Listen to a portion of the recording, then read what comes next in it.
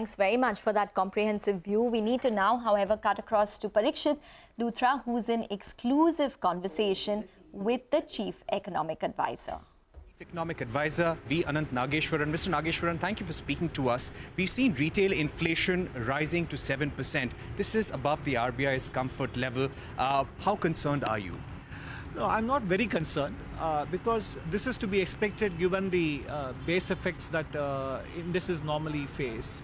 And the market is also probably overreacting, the food markets, to the possible lower sowing on the rice crops, and therefore building in some expected shortage, and therefore the prices are reacting in advance.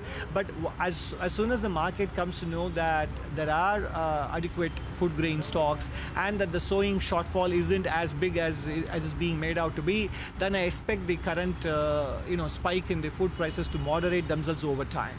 Right. Going forward, how do you think India is poised in terms of managing inflation? Several steps have been taken. Restrictions on food exports, restrictions on wheat, restrictions on sugar, rice and broken rice as well. But somehow food inflation remains a concern.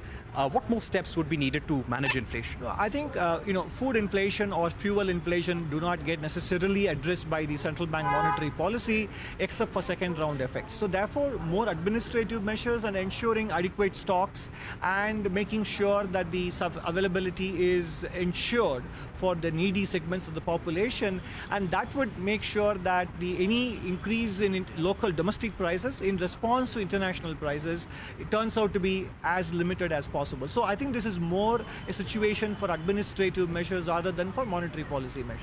Going forward, what would be your outlook in terms of the impact on India due to some of the decisions taken by the US Fed and the European Central Bank? No, I think by and large, India has weathered the monetary policy tightening in developed countries very well. And I think financial markets are also quite aware that India has a fairly resilient economy. And while we are concerned about 7% inflation, and rightly so, we must remember that compared to what other countries are going through, our inflation rate is highly manageable and in the middle level of the range that we are experiencing across developing and developed countries. So even if the Federal Reserve continues to tighten, the market will see through that in the next year.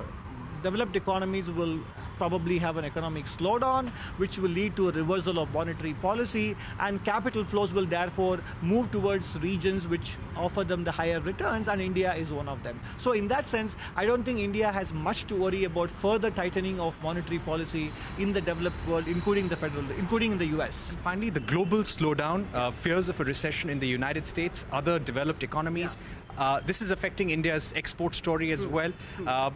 Will India be immune from all these global developments? You have to look at the global slowdown in two aspects. One is the impact on exports, which you pointed out, but the other is the impact on capital flows. As a recession comes into focus in developed countries, what will happen is the market will start pricing in easier monetary policy, more accommodative policy, and the reversal of flows that have gone back to the US to come back to developing countries, including India. And therefore, I see this financial flows and capital flows aspect of a slowdown to be much stronger and more powerful and more beneficial than whatever unfavorable effects we would face on account of export slowdown.